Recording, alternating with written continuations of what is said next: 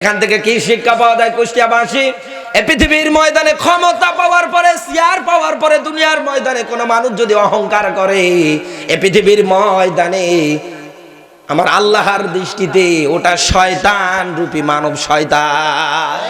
জালিমদের কারাগারে কারারুদ্ধ হয়ে পড়ে আছে। ও কুষ্টিয়াবাসী, হিন্দু বলেন, বৌদ্ধ বলেন, খ্রিস্টান বলেন, 16 কোটি মানুষের ভিতরে এমন ভাবে জায়গা করে নিয়েছে, মানুষ তার জন্য জীবন পর্যন্ত দেওয়ার জন্য প্রস্তুত। এগুলো কি কারণে দেয়? এই শুধু কোরআনের জন্য। এই জন্য আমাদের কলিজাটার মাহফিলে যখন লক্ষ লক্ষ হাজার হাজার লোক যখন এসে যায়, তিনি ওই সময় একটা কথা বলেছিলেন যে জনগণকে সাইদি থেকে কখনো বিচ্ছিন্ন করা যাবে না, কারণ এই সাইদির জন্য জনগণ আসে না, এই সাইদির জন্য আসে না, এরা আসে আল্লাহর কোরআনের জন্য। কুষ্টিয়াবাসী, তাহলে কোরআন যাদের জীবনে থাকবে, পৃথিবীর ময়দানে সম্মান বাড়িয়ে দেবে তিনি কে? আরো জোরে, জোর হলো না? এটা তো শুধু সম্মান বাড়াবে। পৃথিবীতে কোন শ্রমিক যদি তার মালিকের বাড়িতে কাজ করে, কাজ করতে করতে যদি মালিকের পছন্দ হয়ে যায়, শ্রমিকটারে যদি ভালো লাগে, কুষ্টিয়াবাসী দেখা যায় মালিক আর এই যে শ্রমিকের মধ্যে একটা মহাব্বত তৈরি হয়, একটা ভালোবাসা তৈরি হয়ে যায়। এক কথা বলছে না কেন?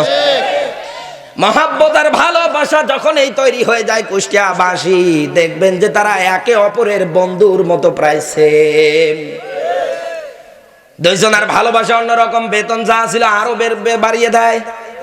এই পৃথিবীর ময়দানে আমার আল্লাহর নৈকট্য যদি আপনি লাভ করতে চান, আমার আল্লাহর নৈকট্য যদি হাসিল করতে চান, কোরআন বাদ দিয়ে পারবেন? আরো জোরে, ইসলাম বাদ দিয়ে পারবেন? দেলোয়ার ভাই আলোচনা করতে করতে একটা কথা বলে গিয়েছিলেন, কোরআনের সূরা আলে ইমরানের 19 নম্বর আয়াতটাই তিনি তেলাওয়াত করেছিলেন, ইন্নাদ দীনা ইনদাল্লাহিল ইসলাম। আল্লাহ তাআলা বলেন, আমার কাছে গ্রহণযোগ্য মনোনীত একটা মাত্র জীবন ব্যবস্থা, তার নাম আরো জোরে ইসলাম। এই পৃথিবীতে হিন্দু বলেন, বৌদ্ধ বলেন, খ্রিস্টান বলেন, ইসলাম বাদ দিয়ে যতগুলো ধর্ম আছে, একটাও আমার আল্লাহর কাছে মনোনীত না, গ্রহণযোগ্য না। শুধুমাত্র পৃথিবীতে ইসলাম গ্রহণযোগ্য ধর্মকার নির্ধারণ করে দিয়েছে আমাদের জন্য। কুষ্টিয়াবাসী, এই জন্য পৃথিবীর ময়দানে মালিক আর শ্রমিকের ভালোবাসা যদি তৈরি হয়ে যায়, আমরা দেখতে পাই তারা বন্ধুর মতো হয়ে যায়, তাদের মাঝে একটা রিলেশন তৈরি হয়ে যায়। আল্লাহ তাআলা বলেন, বান্দারে, দুনিয়ার ময়দানে আমার কোরআন অনুসরণ করতে গিয়ে, ইসলাম অনুসরণ করতে গিয়ে তুমি 10 বছর জেলখানায় পড়ে থাকলে, আমির হামজার মতো সন্তান ছেড়ে, মা বাবা ছেড়ে জেলখানায় পড়ে থাকলে, বান্দারে, আমি তোমারে ফিরি ফিরি দেব না, আমি আল্লাহ রাব্বুল আলামিন তোমাকে কিছু বেতন দেব। এ কথা কার? আরো জোরে। আর আমরা সবাই জানি পৃথিবীর ময়দানে আমরা ভালো ভালো কাজের আঞ্জাম দেই, পৃথিবীর ময়দানে সৎ কাজগুলো এই কারণে করি যেন আল্লাহর একটা নির্দিষ্ট মুনাফা দেয়। আল্লাহর নির্দিষ্ট মুনাফা, তার নাম বলেন না কেন? জান্নাত। আমার ভাইরা, আল্লাহ পাক আপনাকে কোরআনে কারিমে এইটাই জানাচ্ছে, ফামান তাবিয়া হুদায়া ফালা খাউফুন আলাইহিম ওয়ালা হুম ইয়াহজানুন।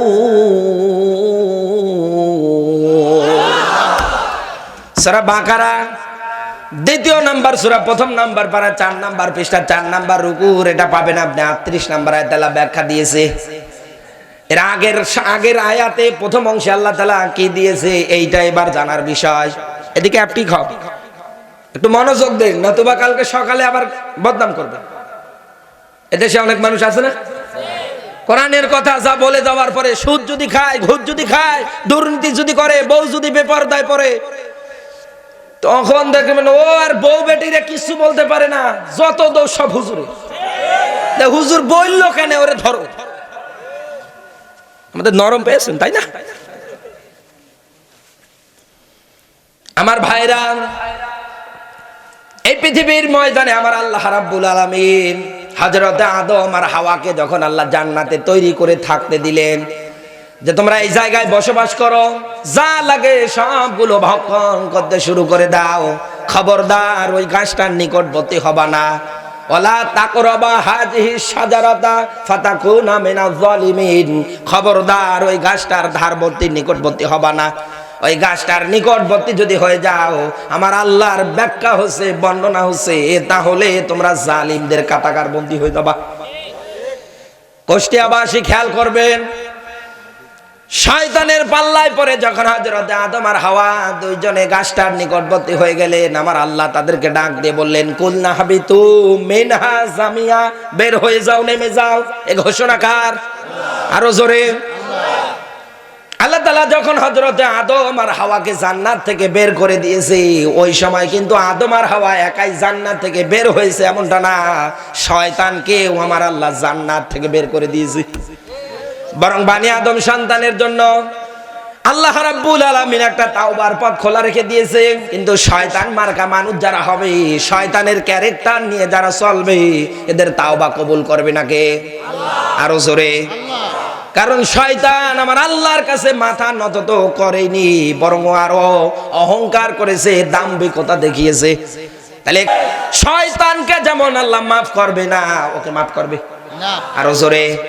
এই জন্য আল্লাহ তাআলা আক্ষেপ করে এই বর্ণনা দিয়েছে, সন্তর অনুসরী দুনিয়ায় যারা হবে, তোকে যারা অনুসরণ করবে, তাদের দিয়েই আমি আমার জাহান্নামটা পরিপূর্ণ করে ফেলবো। তাহলে শয়তান মার্কা মানুষ যারা আছে, এদের ক্ষমা আছে? আরো জোরে। নেই। হযরত আদম অনুতপ্ত হয়ে গেলেন, আমার আল্লাহর কাছে মোনাজাত করলেন, ডাক দিয়ে বললেন, রব্বানা যালামনা আনফুসানা ওয়া ইল্লাম তাগফির লানা ওয়া তারহামনা লানাকুনান্না মিনাল খাসিরিন। বলেন আল্লাহু আকবার। হযরত আদম বললেন, রব্বুল আলামিন, আমার নফসের উপরে জুলুম করে ফেলেছি, অন্যায় করে ফেলেছি, অবিচার করে ফেলেছি। আল্লাহ গো, মেহেরবানি করে তুমি আমারে maaf করে দাও। এ দোয়া কবুল করেছে কে? আরো জোরে। তাহলে এই জায়গা থেকে একটা শিক্ষা পাওয়া যায়, আয়াত থেকে একটা শিক্ষা পাওয়া যায়, কুষ্টিয়াবাসী পৃথিবীর ময়দানে যদি আল্লাহর কাছে আপনার জীবনের অপরাধ maaf করাতে চান, তাহলে পৃথিবীর ময়দানে কোরআনের কাছে, ইসলামের কাছে মাথা নত করা লাগবে। আমার আল্লাহর কাছে মাথা নত করা লাগবে। কি দেখা যায় এই পৃথিবীর ময়দানে, আজ আল্লাহর কাছে মাথা নত করে না, ইসলামের কাছে মাথা নত করে না। এই পৃথিবীর ময়দানে কত মানুষ আছে পৃথিবীতে জালিমদের সাথে লাগাতার মেলে আছে। আমার ভাইরা, আল্লাহ রাব্বুল আলামিনের কোরআন দুনিয়ায় যদি আপনি অনুসরণ করেন, আপনি যদি অনুকরণ করেন, এই পৃথিবীর ময়দানে আমার আল্লাহ রাব্বুল আলামিন আপনারে দুইটা জিনিস দিয়ে ধন্য করে দেবে। কয়টা? আরো জোরে। দুইটা জিনিস। এক নম্বরে আল্লাহ তাআলা বলেন, ফালা খাউফুন, ওদের কোনো ভয় থাকবে না। এ কথা কার? এই জন্য পৃথিবীতে ইমানদার যারা আছে, মুত্তাকি যারা আছে, এই পৃথিবীর ময়দানে আল্লাহ বাদ দিয়ে আর কারোকে ভয় করে না। এ কথা বলেন না কেন? ফাঁসির দড়িতে জীবন পর্যন্ত দিয়ে চলে যাবে, তারপরেও দেখবেন বাতিলদের কাছে মাথা নত করে না। কুষ্টিয়াবাসী, তাহলে ভয় থাকবে না আপনার, কারণ ইসলামের পথে চলতে যাবেন, কোরআনের পথে চলতে যাবেন। এই পৃথিবীর ময়দানে মার আসবে, জুলুম আসবে, নির্যাতন আসবে, সাহাবীদের দিকে তাকান, তারা কিন্তু এইগুলোর কোনো চিন্তাই করেনি। তাদের জীবন যে আছে এটা নিয়ে তাদের কোনো ভয় ছিল না। হযরত আম্মার বিন ইয়াসির ইসলাম মানার কারণে আবু জাহেলের কানে যখন ঘটনা চলে গেল, কুষ্টিয়াবাসী খেয়াল করবেন, আবু জাহেল আম্মার বিন ইয়াসিরকে ধরে নিয়ে আসলেন। নিয়ে আসার পরে ডাকতে বলেন, আম্মার বিন ইয়াসির, এখনো সময় আছে, মুহাম্মাদের ধর্ম থেকে ফিরে আসো। এক বাক্যে জবাব দিয়ে দেয়, আমার জীবনও যদি চলে যায়, এই পৃথিবীর ময়দানে ইসলামের পথে, কোরআনের পথে থেকেই আমি মারা যাব। সুবহানাল্লাহ বলতে পারে না? আল্লাহ রাব্বুল আলামিনের এই সাহাবী, বিশ্ব নবী মুহাম্মদ রাসূলুল্লাহর সাহাবী হযরত আম্মার বিন ইয়াসির নিজের চোখের সামনে ছোট্ট সন্তানকে দুই টুকরো করে দুনিয়া থেকে বিদায় করে দিলেন, স্ত্রীরে বিদায় করে দিলেন।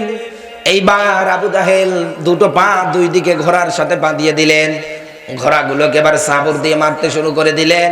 ঘোড়াগুলো সামনের দিকে রানিং যখন দিয়েছে, দৌড় যখন দিয়েছে, দুটো ঘোড়া যখন দুই দিকে চলে গিয়েছে, আম্মার বিন ইয়াসিরকে ছিঁড়ে দুই ভাগ করে দিয়েছে। এই পৃথিবীর ময়দানে ইসলামের আন্দোলন করতে গিয়ে, কোরআনের আন্দোলন করতে গিয়ে আপনি যদি মারা যান, আমার আল্লাহ আপনাকে শাহাদাতের মরণ দিয়ে বরণ করে নেবে। আল্লাহ পাক বলেন বাল আহইয়াউ ওয়ালাকিন লা তাশউরুন। আমার রাস্তায় দুনিয়ায় যারা জীবন দেয়, হাত হারাতে পারে, পা হারাতে পারে, পুরো বডিটা দুই খণ্ড হয়ে যেতে পারে, আল্লাহ তাআলা বলেন আমার রাস্তায় যারা জীবন দেয় এরা মরে না, এরা জিন্দা। কিয়ামতের এই কঠিন মুসিবতের সময়ে শহীদরা যখন রক্তাক্ত শরীর নিয়ে দাঁড়িয়ে যাবে, আল্লাহর নবী জানিয়েছে সাহাবীরা ডাকতে বলবে, ফেরেশতারা ডাকতে বলবে রব্বুল আলামিন, এতগুলো মানুষ এই হাসরের ময়দানে উঠেছে, এই মানুষগুলোর ভিতরে অনেক মানুষের এরকম রক্তাক্ত চেহারা, কোন কারণে? আল্লাহ তাআলা ডাকতে বলবেন ও ফেরেশতারে, দুনিয়ার ময়দানে আমার এই বান্দাগুলো ইসলামকে বিজয়ী করার জন্য, ইসলামকে পৃথিবীতে প্রতিষ্ঠা করার জন্য রক্ত দিয়ে এসেছে, জীবন দিয়ে এসেছে, তারা মায়া করেনি, পরোয়া করেনি। আমি আল্লাহ রাব্বুল আলামিন আজকে এদের কোনো হিসাব দেব না, বিনা বিচারে বিনা হিসাবে জান্নাত দিয়ে দেব। একটা লোক যদি ঈমান নিয়ে মারা যায়, কবরে যাওয়ার সঙ্গে সঙ্গে ঘুমিয়ে থাকবে, এতটুকুনি তার শেষ। কিন্তু একজন আল্লাহর রাস্তায় যদি জীবন দিয়ে মারা যায়, আমার আল্লাহ রাব্বুল আলামিন ওকে রিজিক পর্যন্ত দেয়। তাহলে পৃথিবীতে ইসলাম কায়েমের কথা বললে রাগ করবে তো ওইটা, সেটা মুনাফিক। আমার স্টেজ কাট কটা, কারণ আপনিও মুসলমান, আমিও মুসলমান। গরুর গোশত খেয়ে মুসলমান দাবি করলে হবে না, মুসলমানের সংজ্ঞা এটা না। মুসলমান তো ওইটা যেটা আল্লাহর বিধানের কাছে মাথা নত করে দেয়। কি এমন মুসলমান দাবি করেন আপনি? কোরআন থেকে কথা বলতে গেলে বাধা দেন, আমার তো মাথায় আসে না। কারণ আপনিও মুসলমান, আমিও মুসলমান। আপনি মারা গেলে আপনারও জানাজা হবে, আমি মারা গেলে আমারও জানাজা হবে। এই কথা বলে না কেন? ইসলাম সমাজে প্রতিষ্ঠিত হোক, কোরআন সমাজে প্রতিষ্ঠিত হোক, আলেমগুলো জেলখানায় আছে, বের হয়ে আসুক। এটা যদি না চান, আপনি কিসের মুসলমান? আমার ভাইরা, এই পৃথিবীর ময়দানে যারা ভালোভাবে সঠিকভাবে ইসলাম প্রচার করতে যায়, পৃথিবীর ময়দানে যারা আল্লাহর বিধানের কাছে মাথা নত করে দেয়, আমার আল্লাহ পাক বলেন ওদের কোনো ভয় থাকবে না। বিশ্বনবীর সাহাবী হযরত আব্দুল্লাহ দুল বাদানাইন ঈমান আনার কারণে পরনের লুঙ্গিটা পর্যন্ত হারিয়েছে। নবীদের এই সাহাবীটা মসজিদে নববীতে চলে গিয়েছে, উস্কো খুস্কো চেহারা। নবীজি আবার মসজিদে নববীতে প্রবেশ করলেন, তাকিয়ে দেখলেন এই সেই আব্দুল্লাহ দুল বাদানাইন, যার নাম আব্দুল উজ্জা হাদিসে এসেছে। আল্লাহর নবী, বিশ্ব নবী মুহাম্মদুর রাসূলুল্লাহ ডাকতে বলেন, আব্দুল উজ্জা, তোমার এই অবস্থা কেন?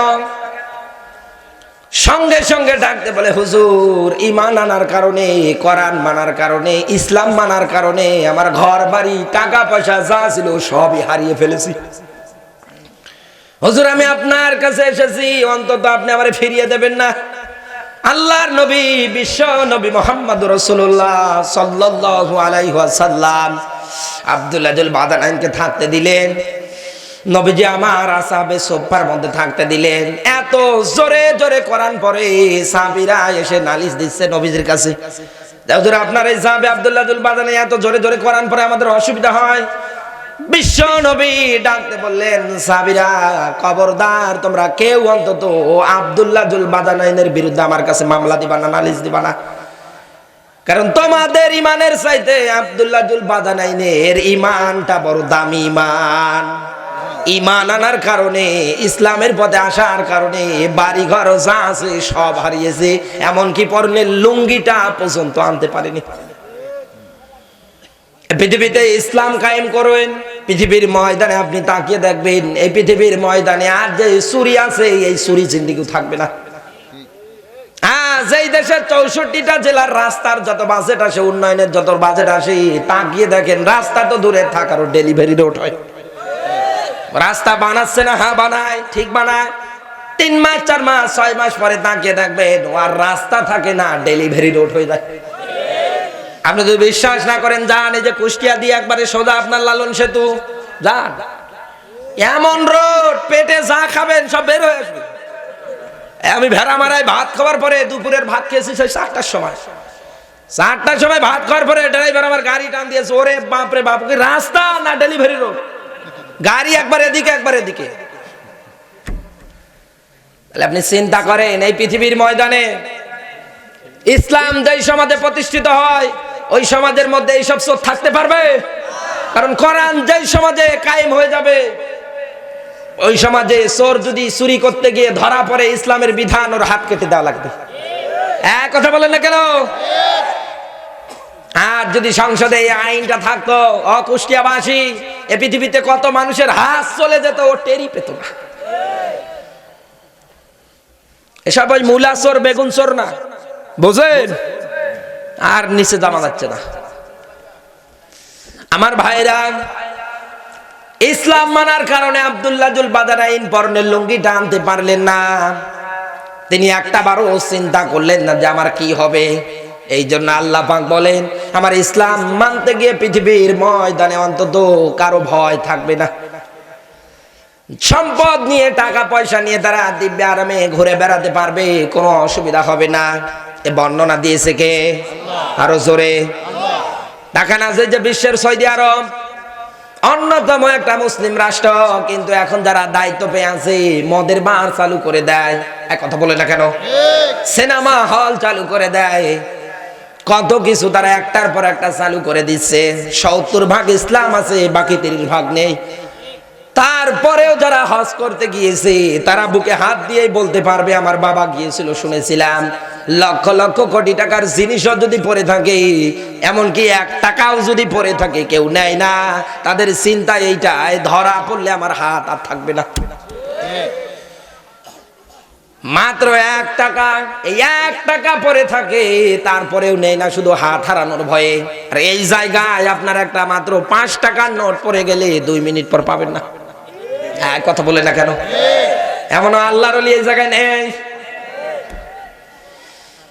কুষ্টিয়াবাসী, এই জন্য পৃথিবীর ময়দানে যারা ইসলাম অনুসরণ সঠিকভাবে করে, দুনিয়ায় যারা ইসলামের কাছে সঠিকভাবে মাথা নত করে দেয়, এই পৃথিবীর ময়দানে র্যাবের ভয় তাদের ভিতরে থাকবে না, জেলখানার ভয় থাকবে না, পুলিশের ভয় থাকবে না। ভয় থাকবে কার?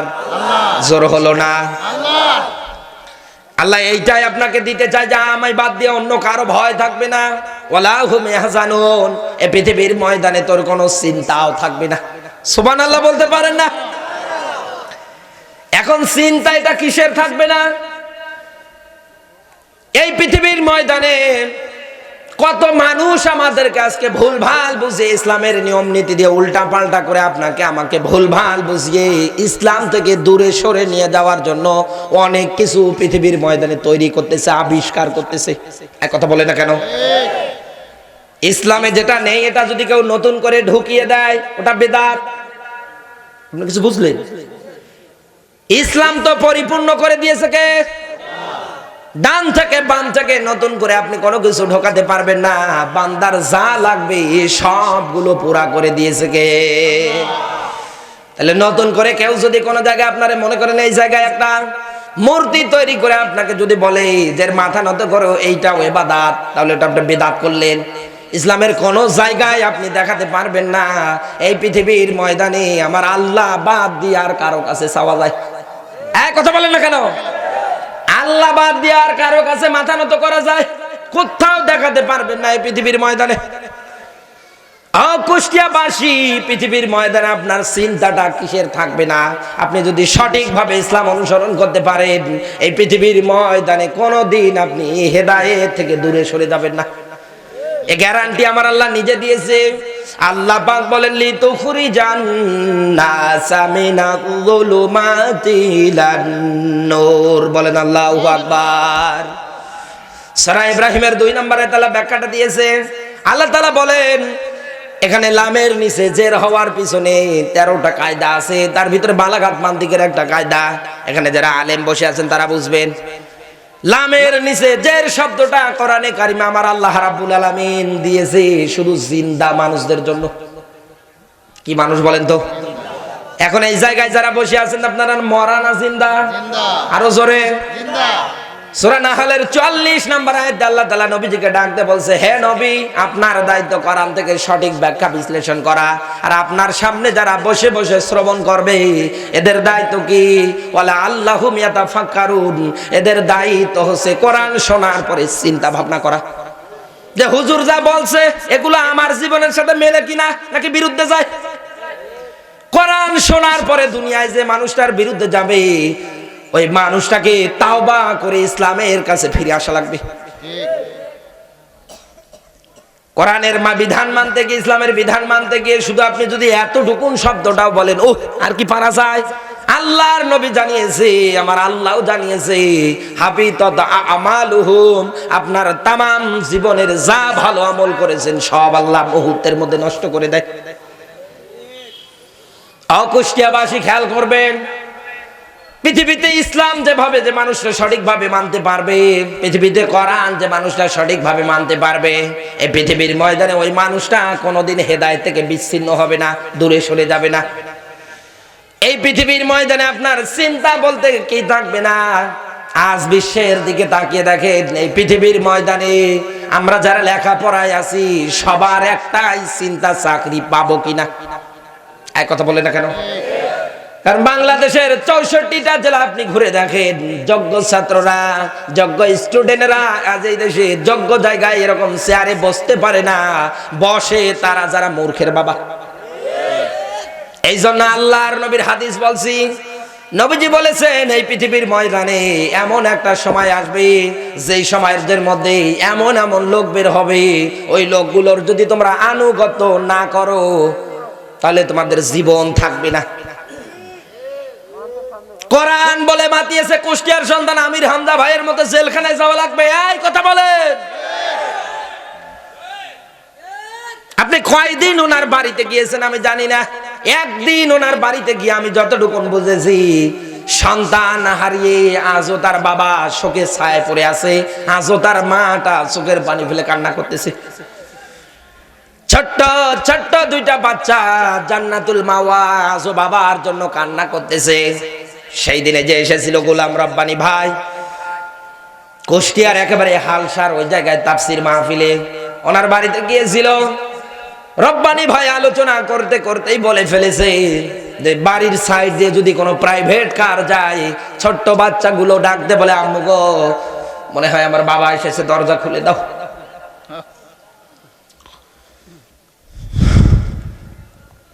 তাহলে এই পৃথিবীর ময়দানে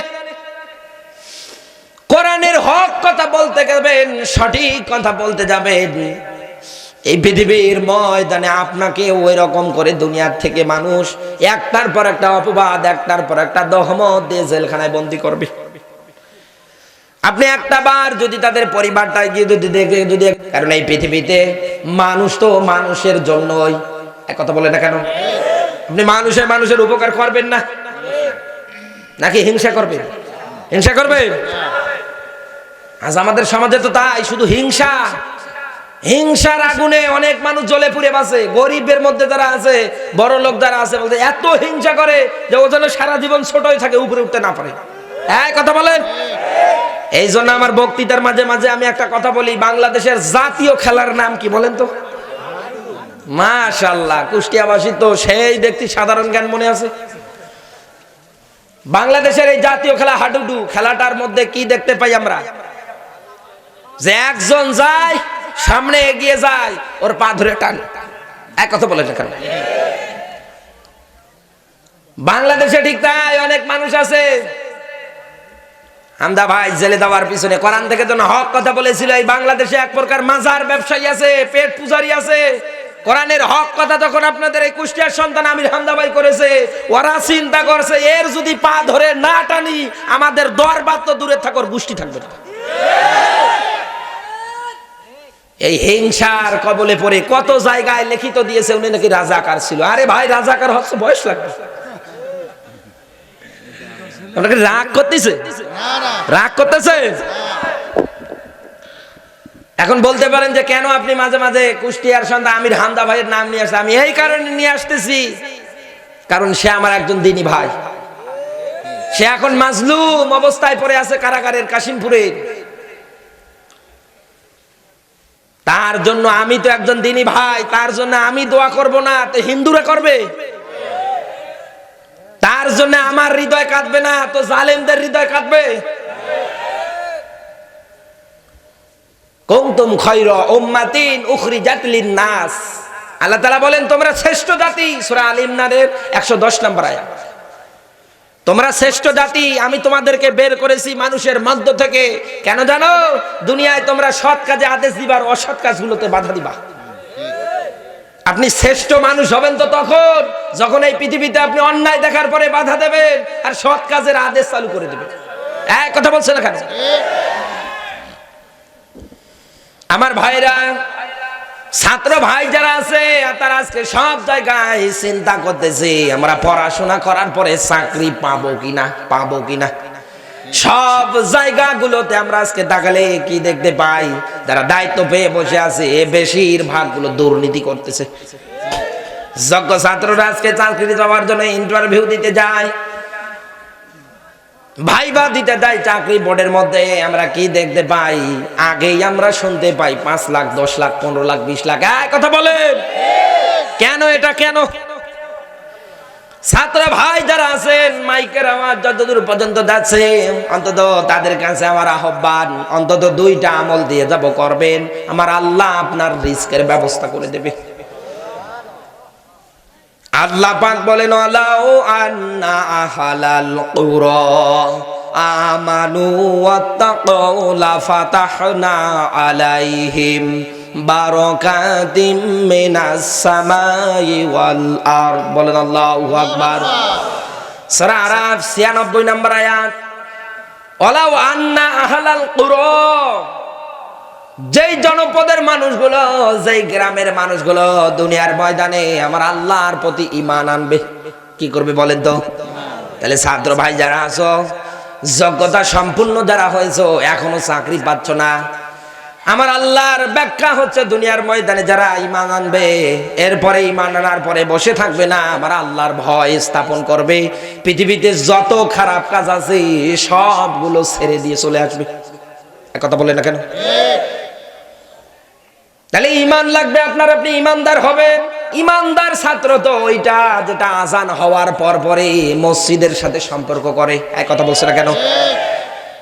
ঈমানদার ছাত্র তো ওইটা নয় যেটা আজান হওয়ার পরেও বিড়ি টানে, গাঞ্জা টানে। এক কথা বলেন। কি দেখতে পাই? যেই ছেলেটা আজান হওয়ার পর পরে মসজিদের দিকে চলে যায়, যেই ছাত্রটা আজান হওয়ার পর পরে রাতের বেলা ফজরের নামাজে চলে যায়, তাহাজ্জুদের নামাজে দাঁড়িয়ে যায়, এই বাংলাদেশে এক প্রকার নাস্তিক আছে, এই ছেলেটার নামে দহমত দেয় নাকি শিবির নাকি জঙ্গি। আমার ভাইরা, এই পৃথিবীর ময়দানে, অন্তত দুনিয়ার ময়দানে আপনি যদি ঈমানদার হতে চান, আপনার এখনো সময় আছে, আপনি ইসলামের কাছে ফিরে আসেন। মানুষের নামে দহমত অপবাদ দেবেন না।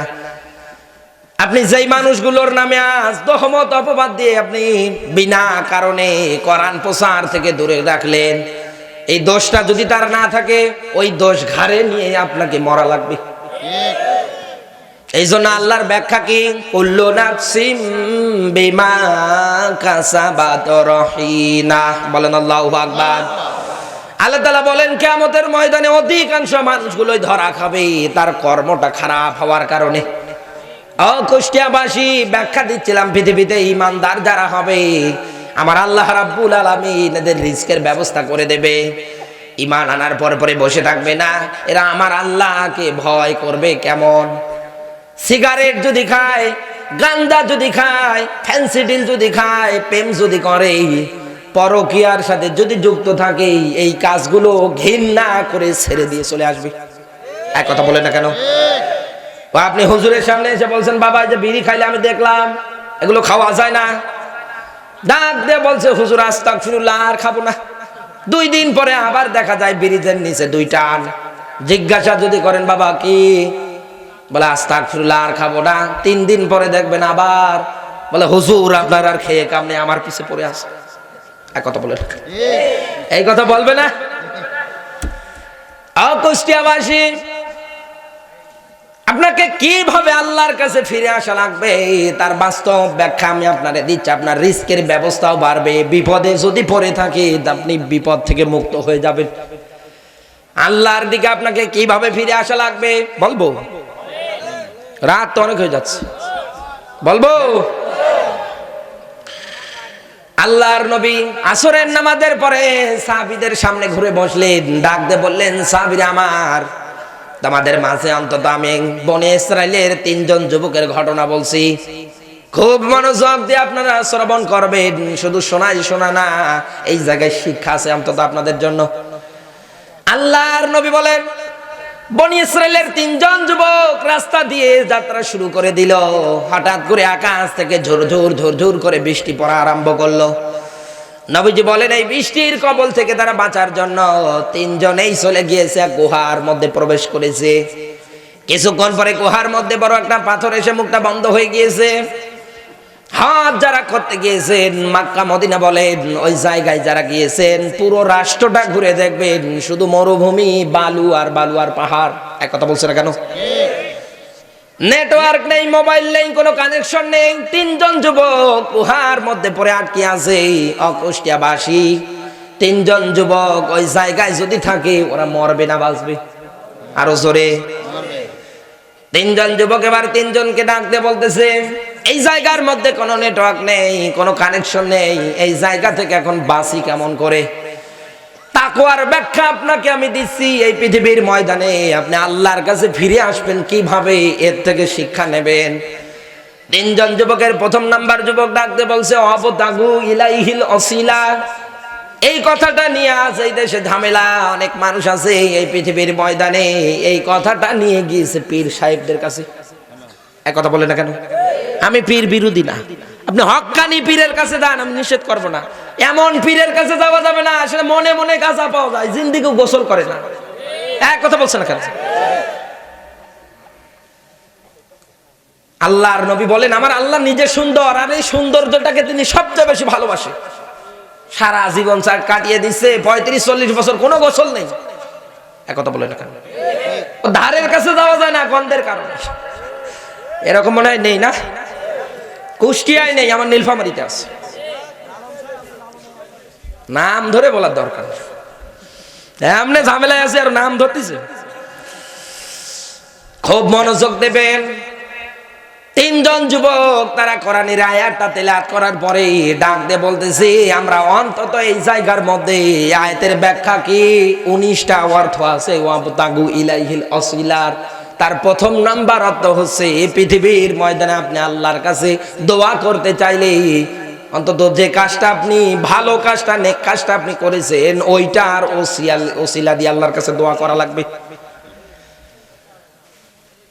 3 জন সাহাবী ডাক দিয়ে বলতেছে, ঠিক আছে আমরা এখন তাই করব, চেষ্টা করে দেখি যদি বাঁচা যায়। 3 জন যুবকের প্রথম নাম্বার যুবক দোয়া করতেছে, রব্বুল আলামিন, আমার বাড়িতে একাধারে একটা শ্রমিক অনেকদিন যাবত শ্রম দিয়েছে, কাজ করেছে। হঠাৎ আমার বাড়ি থেকে লোকটা চলে যায়, কোনো পারিশ্রমিক সে আমার কাছে নিল না। হঠাৎ শ্রমিক যারা মানুষের বাড়িতে কাজ করে খায়, কামলা দিয়ে খায়, যারা মনিবাসের মালিক আছেন তাদেরকে বলছি, কারণ নবীজির কথা প্রত্যেকটা মানা অন্তত ফরজে আইন। আলমগীর হোসেন বিপ্লবী মানবে, ওর বাবা মানবে না হবে? এই বলেন না কেন? নীলফামারী জেলার মানুষ মানবে নবীজিকে, আর আপনারা মানবেন না হবে? পৃথিবীতে যারাই মুসলিম দাবি করবে সবাইকে নবীজিকে মানা লাগবে, কারণ নবীজিকে অনুসরণ করা ফরজে আইন। কুষ্টিয়াবাসী ডাক দিয়ে বলতেছে, আল্লাহর নবীর হাদিস আমি জানি, পৃথিবীর ময়দানে শ্রমিক যারা হয় এদের গায়ের ঘাম শুকানোর আগেই তাদের পারিশ্রমিক মূল্য দিয়ে দেওয়া লাগে। এক কথা বলছে না কেন? কিন্তু আমাদের দেশে আজ আমরা তাকালে কি দেখতে পাই? কত মানুষ এই দেশে আজ হক মারা জম হয়ে বসে আছে, কাজ করে নেয়, টাকা দিতে চায় না। কথা বলছে না কেন? আমার ভাইরা, যুবকটা ডাকতে বলতেছে, রব্বুল আলামিন, হঠাৎ করে লোকটা একদিন আমার কাছে এসে হাজির, ডাকতে বলে, আল্লাহর বান্দা আমার পারিশ্রমিক গুলো দিয়ে দাও। আল্লাহ গো, লোকটা চলে যাওয়ার পর থেকে নিয়ে শুরু করে তার টাকাগুলো আমি নষ্ট করিনি, তার টাকাগুলো জমা করে রেখেছিলাম, এই টাকাগুলো দিয়ে আমি কিছু পশু ক্রয় করেছিলাম। একা ধারে থাকতে থাকতে পশুগুলো থেকে বংশ বিস্তার হয়েছে, প্রায় দেখা গিয়েছে অনেকগুলো পশু হয়ে গিয়েছে। যখনই আমার কাছে এসেছি তোমার দিকে তাকিয়ে আমি ওর হাতটা ধরে নিয়ে গিয়ে ময়দানে নিয়ে গেলাম, ডাক দিয়ে বললাম, আল্লাহর বান্দা, এই যে পুরো ময়দানে যতগুলো পশু দেখতেছো এই সবগুলো তোমার। লোকটা চিন্তা করতেছে, ডাক দিয়ে বলে, মালিক আপনি আমার সাথে ঠাট্টা করেন, আর কি করেন বলে না,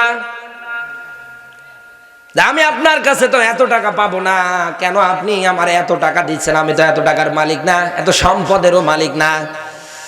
কুষ্টিয়াবাসী লোকটা ডাকতে বলতেছে, আল্লাহর বান্দা, এই এই ঘটনা, এগুলো সব তোমার টাকার, তুমি সবগুলো নিয়ে চলে যাও। লোকটা সবগুলো নিয়ে চলে গেল। যুবকটা হাত তুলে দোয়া করতেছে, আল্লাহ গো, এইটা যদি আমি তোমার ভয়ে করে থাকি, মেহেরবানি করে পাথরটা একটু সরিয়ে দাও। আল্লাহর নবী বলেন, ও সাহাবীরা, দোয়া করতে দেরি, পাথরটা সরে যেতে দেরি হলো না। শুধু সুবহানাল্লাহ বলে শেষ করে দিলে হবে না, জায়গায় শিক্ষা আছে কি? হাজার হাজার বছর আগে বানি ইসরাইলের এই যুবকটা শ্রমিকের মূল্য দিয়ে যদি এই রকম একটা বিপদ থেকে মুক্তি পেতে পারে, আজ আপনার জীবনের দিকে তাকালে হতাশার পাহাড়, আজ আপনার জীবনের দিকে তাকালে সংসারের অভাব, পারিবারিক জীবনে অশান্তি, সব জায়গায় অশান্তি, আপনার জীবনে কোনো শান্তি নেই। আপনি যদি এই অশান্তির দাবানল থেকে বাঁচতে চান, অন্তত আপনি এই আমলটা করেন, আমার আল্লাহ আপনাকে বাঁচিয়ে দেবে। দ্বিতীয় নাম্বার, যুবক ডাকতে বলে, রব্বুল আলামিন, আমার একজন বৃদ্ধা মা আছে, পশু আমি মাঠের মধ্যে চারাতে যাই, বকরি চারাতে যাই, বকরি যখন চারিয়ে বাড়িতে নিয়ে আসি, ঘাস খাওয়ানোর পরে যখন বাড়িতে নিয়ে আসি, আমার স্ত্রীটা ক্ষুধার্ত থাকে, সন্তানগুলো ক্ষুধার্ত থাকে, আল্লাহ গো, আমি কারো কাছে খাবারের অন্তত দুধের এই গ্লাসটা দেই না, আমি এই গ্লাসটা নিয়ে আমার মায়ের হাতে তুলিয়ে দেই, কারণ তোমার ব্যাখ্যা আমি জানি, ওয়াকাদা রাব্বুকা আল্লা তা'বুদু ইল্লা ইয়্যাহু ওয়া বিল ওয়ালিদাইনি ইহসানা। বলেন আল্লাহু আকবার। সূরা বানি ইসরাইল 17 নাম্বার সূরা 15 নাম্বার পারা 3 নাম্বার রুকুর প্রথম নাম্বার লাইনে 23 নাম্বার আয়াত। এটা আল্লাহ তাআলা ডাক দিয়ে বলেন, বান্দারে, পৃথিবীর ময়দানে আমার ইবাদতের পর পরে, আমার আনুগত্য করার পর পরে, দুনিয়ায় তোদের দায়িত্ব, তোরা মা বাবার প্রতি ইহসান করবি, দয়া করবি, খবরদার মা বাবার সাথে খারাপ আচরণ করবি না। এই কথা কার? আরো জোরে। বনি ইসরাইলের যুবকটা ডাক দিয়ে বলে, রব্বুল আলামিন, শুধু তোমাকে ভয় করে স্ত্রীর হাতে দুধের গ্লাস দেই না, সন্তানের হাতে দুধের গ্লাস দেই না, গ্লাসটা নিয়ে গিয়ে আমার মায়ের হাতে উঠিয়ে দেয়, আমার মা পান করে। রব্বুল আলামিন, তোমার আয়াতকে ভয় করে, তোমাকে ভয় করে যদি আমি এই কাজটা করি, মেহেরবানি করে তুমি অন্তত পাথরটা একটু সরিয়ে দাও। আল্লাহর নবী বলে, দোয়া করতে দেরি, পাথরটা আর একটু সরে যেতে দেরি হলো না। সুবহানাল্লাহ বলতে পারেন না? এখানে শুধু সুবহানাল্লাহ বলে শেষ করে দিলে হবে না, এই জায়গা থেকে আপনাকে শিক্ষা নেওয়া লাগবে কি, হাজার হাজার বছর আগে যদি বানি ইসরাইলের যুবকটা মায়ের খেদমত করে যদি বিপদ থেকে বাঁচতে পারে, আজ আপনার জীবনে এরকম হতাশার পাহাড়, সংসারে অভাব, আপনি মা বাবার খেদমতে লেগে যান, আমার আল্লাহ আপনাকে যাবতীয় বিপদ থেকে হেফাজত করবে। কারণ আল্লাহর নবীর হাদিস কি, পৃথিবীর ময়দানে মা বাবার দিকে যদি একবার কেউ নেক দৃষ্টি দেয়, নবীজি বলেন, নেক দৃষ্টি দিয়ে তাকাতে দেরি, আমার আল্লাহ ওর আমল নামায় কবুল হজ্জের সওয়াব দিতে দেরি করে না। আপনি সুবহানাল্লাহ কালকে ভাত খেয়ে বলবেন, আজকে বলেন না। এই জন্য আল্লাহর নবী বলেন, মা বাপটা তোর জন্য জান্নাত, আবার মা বাবা তোর জন্য জাহান্নাম। আজ আমাদের দিকে তাকালে আমরা কি দেখতে পাই, কত মানুষ এই দেশে আজ মা বাবাকে গলা ধাক্কা দিয়ে বাড়ি থেকে তাড়িয়ে দেয়। এক কথা বলে না কেন? মা বাবাকে অশ্লীল ভাষায় গালি দেয়, সবার ভাত দিতে চায়, মা বাবারে দিতে চায় না, কিছু বউয়ের কারণে। যারা ঠিক বলছে ওদেরই বউ বিয়ে করে দিন।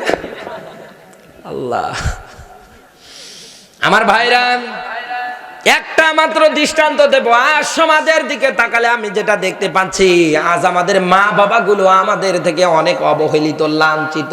কথা বলে না কেন? কিছুদিন আগে একটা নিউজ ভাইরাল হয়েছে বাংলাদেশে। একজন ইঞ্জিনিয়ার সরকারি চাকরি করেছে 57টা বছর ধরে। বিদ্যা যখন হয়ে গিয়েছে, সন্তানেরা আস্তে করে নিয়ে গিয়ে বৃদ্ধাশ্রমে রেখে এসেছে। কথা বলে না কেন?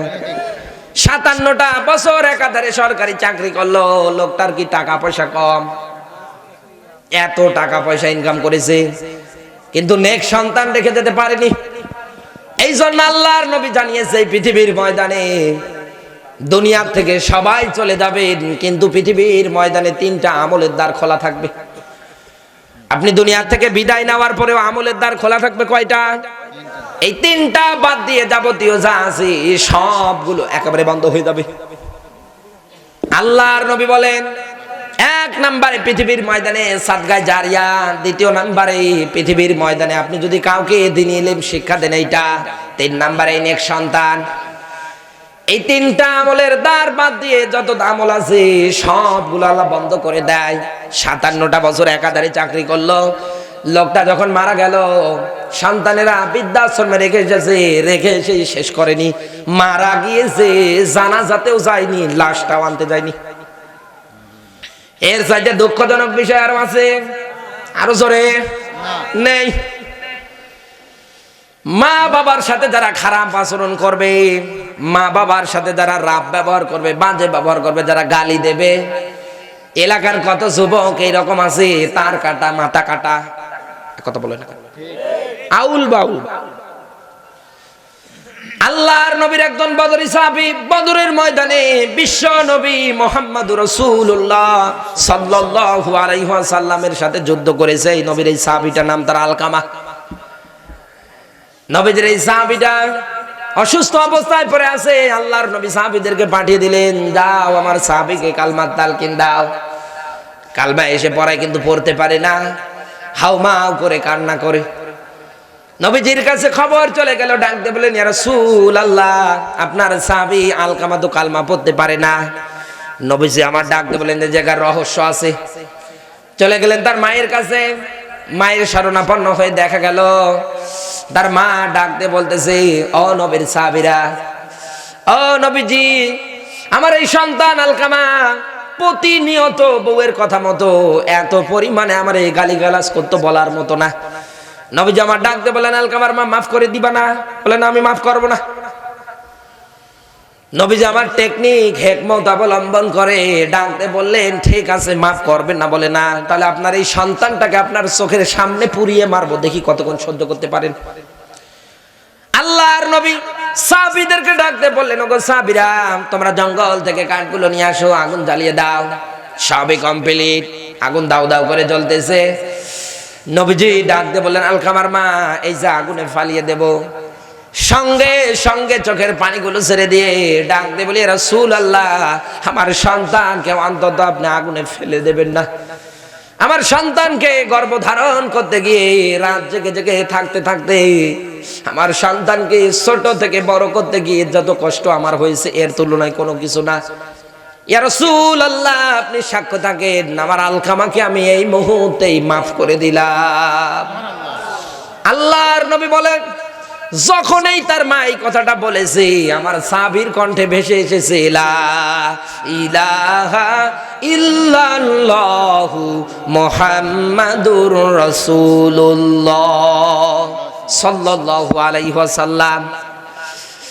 ও কুষ্টিয়াবাসী, মায়ের সাথে খারাপ ব্যবহার করলে আপনার এই আচরণ হবে। আপনি মরণের সময় ঈমান পাবেন না, আপনি বেঈমান হয়ে মারা যাবেন। এটা শোনার পরেও যদি যারা মা বাবার সাথে খারাপ আচরণ করবে, রাত ব্যবহার করবে, বাজে ব্যবহার করবে, তাহলে আপনি কিন্তু ভালো করে বুঝে নেন, মরণের সময় ঈমান পাবেন না, বেঈমান হয়ে মারা যাবেন। আর যারা ঈমান পাবে না, ওরা কোন জায়গায় যাবে? হ্যাঁ, বলেন না কেন?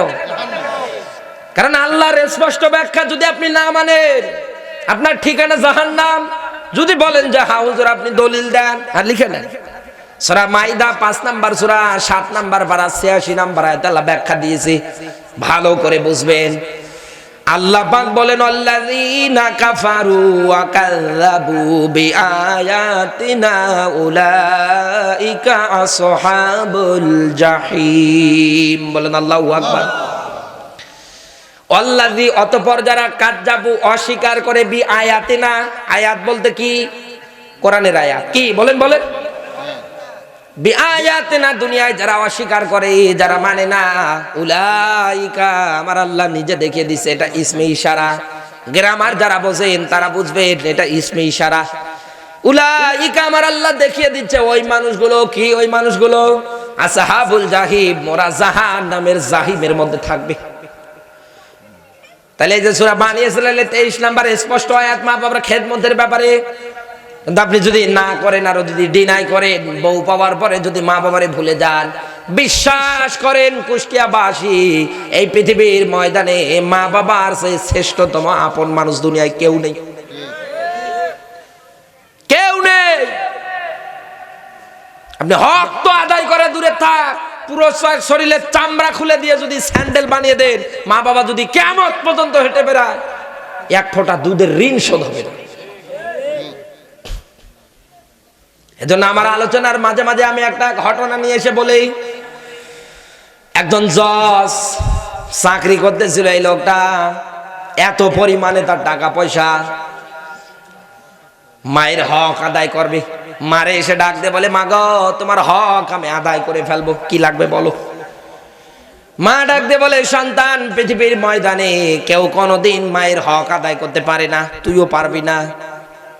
সন্তান বলছে, না মা, কি লাগবে বলো, আমার টাকা পয়সার অভাব নেই, যা লাগবে তাই দিয়ে দেবো। মানবেই না সন্তান। মা ডাক দিয়ে বলে, সন্তান রে, ঠিক আছে, কিচ্ছু চাই না, শুধু একটা কলা চাই। কি চাই বলেন তো? আরো জোরে। কলা। কলা। মা কলা চেয়েছে, তাই একটা কলা আনি নিয়ে একেবারে ট্রাক ভর্তি করে কলা নিয়ে এসেছে। সকালবেলা মায়ের হাতটা ধরে টেনে নিয়ে ডাক দিয়ে বলছে, মা গো, এই যে তাকিয়ে দেখো, কলা নিয়ে তোমার সামনে আমি এসেছি, কোনটা নিবা তাই বলো।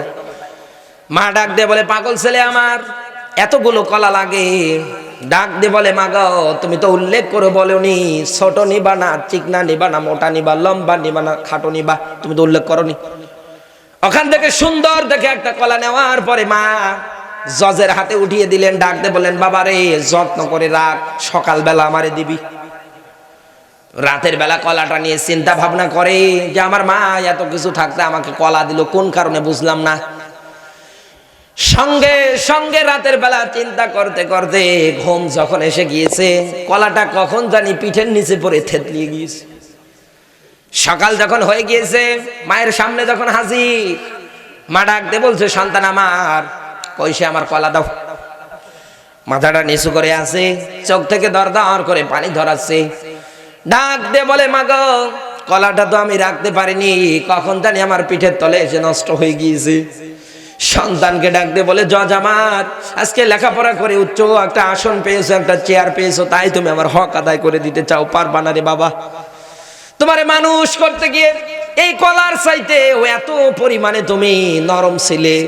আমি মা রাতের বেলা ঘুমাতে গিয়ে অন্তত যদি একটা বার শেষটা আলাদা করে ফেলতাম, একটা বার যদি খেয়াল না করতাম, সন্তান রে, এই কলার মতো তুই আমার পিঠের নিচে পড়ে কখন যে থেতলিয়ে গেতি আমি জানতাম না।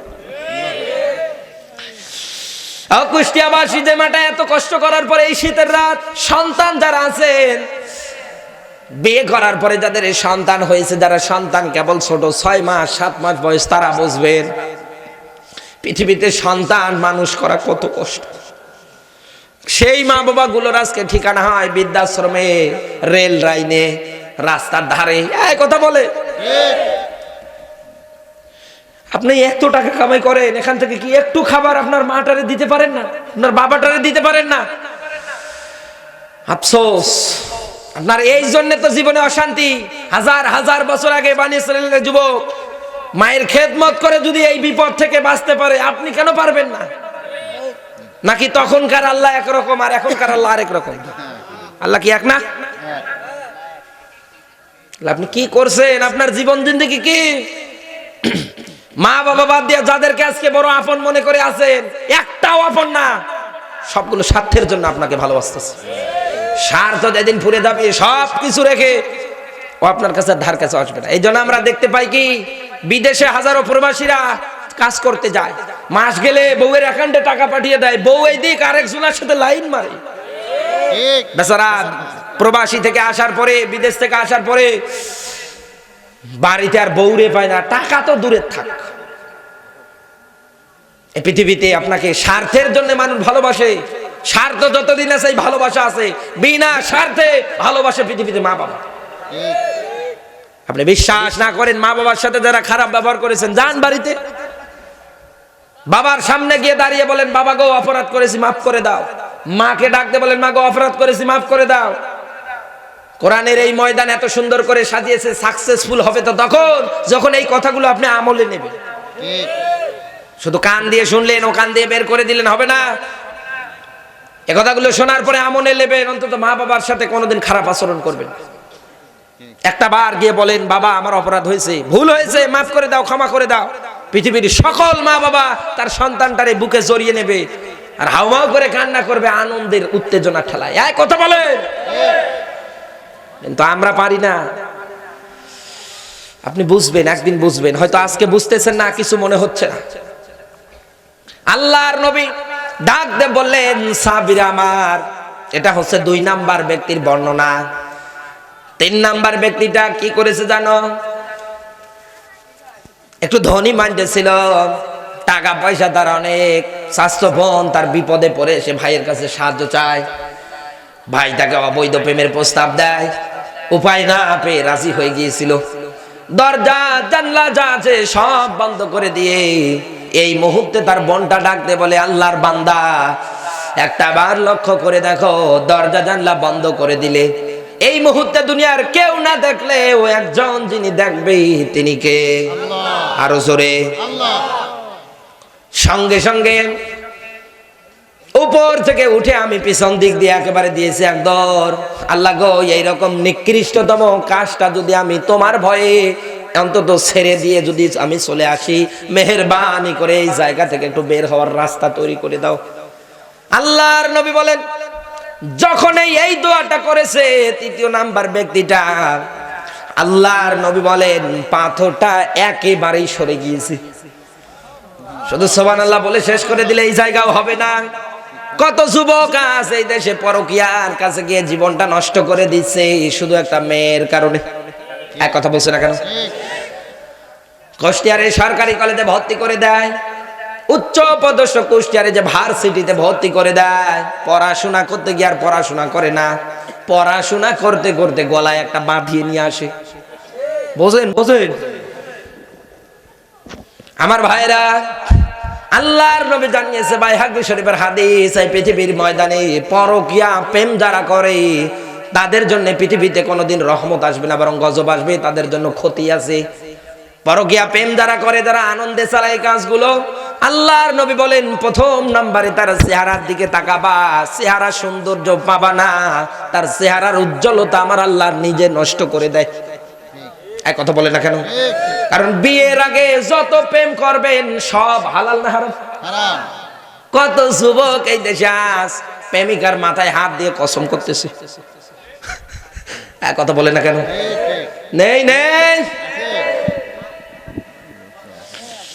2 নম্বরে নবীজি জানিয়েছেন, মারা যখন যাবে ঈমান তো পাবেই না, বেঈমান হয়ে মারা যাবে। 3 নম্বরে নবীজি বলেন ওর আয়ুষ্কাল, ওর হায়াত কমে যাবে।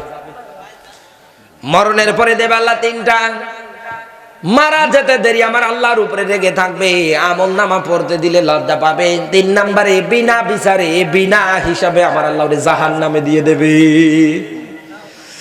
তাহলে পৃথিবীতে হাজার হাজার বছর আগে বিপদে পড়ার পরে এই যুবকগুলো আমার আল্লাহর কাছে তাকওয়াটা অবলম্বন করে যখন গিয়েছে, যখন আমার আল্লাহর সাহায্য চেয়েছে, আমার আল্লাহ তাদের সাহায্য করেছে। এক কথা বলছে না কেন? এই জন্য আল্লাহ তাআলা বলেন, লা ফাতাহনা আলাইহিম বারাকাতিম মিনাস সামাই ওয়াল আরদ। এ বান্দারে এই রকম করে আমার কাছে ফিরে আয়, আসমান জমিনের মধ্যে যত বরকতের দরজা আছে একটাও বন্ধ রাখবো না, সব আমি আল্লাহ তোর জন্য খুলে দেব। দিনাজপুর জেলার নাম জানেন? ওই জায়গায় অন্তত যদি কোনোদিন যান, আপনারা গিয়ে তাকিয়ে দেখবেন ওই জায়গায় কয়লার খনি আছে, খনিজ সম্পদ আছে, দিয়েছে কে? প্রথমে যখন এটার সন্ধান পেয়েছে, গর্ত খনন করতে করতে যে জায়গায় কয়লা আছে, এখন ওই জায়গায় একেবারে সুন্দর সুন্দর বিল্ডিং তৈরি হয়ে গিয়েছে। যারা ওই জায়গায় শ্রম দেয়, অফিসার, ইঞ্জিনিয়ার, এক কথা বলেন এখানে। আর একটা ইঞ্জিনিয়ার তো পানি খেয়ে খেয়ে তৈরি হয় না, ও পড়াশোনা করে তৈরি হয়। খনিজ সম্পদ আল্লাহ মাটির নিচে রেখে দিয়েছে। ওই জায়গায় খনিজ সম্পদটা বের হওয়ার পরে হাজার হাজার মানুষের ওই জায়গায় কর্মস্থল তৈরি করে দিয়েছে কে? আল্লাহ তাআলা বলেন, বান্দারে আমাকে ভয় করে ফিরে আয়, আমার প্রতি ঈমান আন। এই পৃথিবীর ময়দানে এই রকম আমি আল্লাহ রাব্বুল আলামিন তোর রিজকের ব্যবস্থা করে দেব। তাহলে পৃথিবীতে কোরআন শোনার ক্ষেত্রে আমরা লাভ পেলাম কি? এক নম্বরে, পৃথিবীতে কোরআন যারা শুনবে, আমার আল্লাহ রাব্বুল আলামিনের ভয় বাদ দিয়ে আর কারো ভয় তার অন্তঃকরণে থাকবে না। দ্বিতীয় নম্বরে, পৃথিবীর ময়দানে তার কোনো বিষয় চিন্তা থাকবে না। এই জন্য আমাদের সব সময় টার্গেট হবে, লক্ষ্য উদ্দেশ্য হবে, এই পৃথিবীর ময়দানে আমরা যেন ইসলামটা, কোরআনটা যেন পরিপূর্ণভাবে মানতে পারি। আল্লাহ যেন কবুল করে, জোরে বলুন আমিন। নবীজির প্রতি দরুদ, মানবতার মুক্তির মডেল, মানবতার মহান আদর্শ, মানবতার শিক্ষক, নবীকুর শিরোমণি মুহাম্মাদুর রাসূলুল্লাহ সাল্লাল্লাহু আলাইহি ওয়াসাল্লাম। জবান ছেড়ে কোরআনের সোনালী আয়াত পড়েন দেখি, আজকের আয়াতের মধ্যে কি আছে। আমার সাথে পড়েন, আউযু বিল্লাহি মিনাশ শাইতানির রাজিম, বিসমিল্লাহির রহমানির রহিম।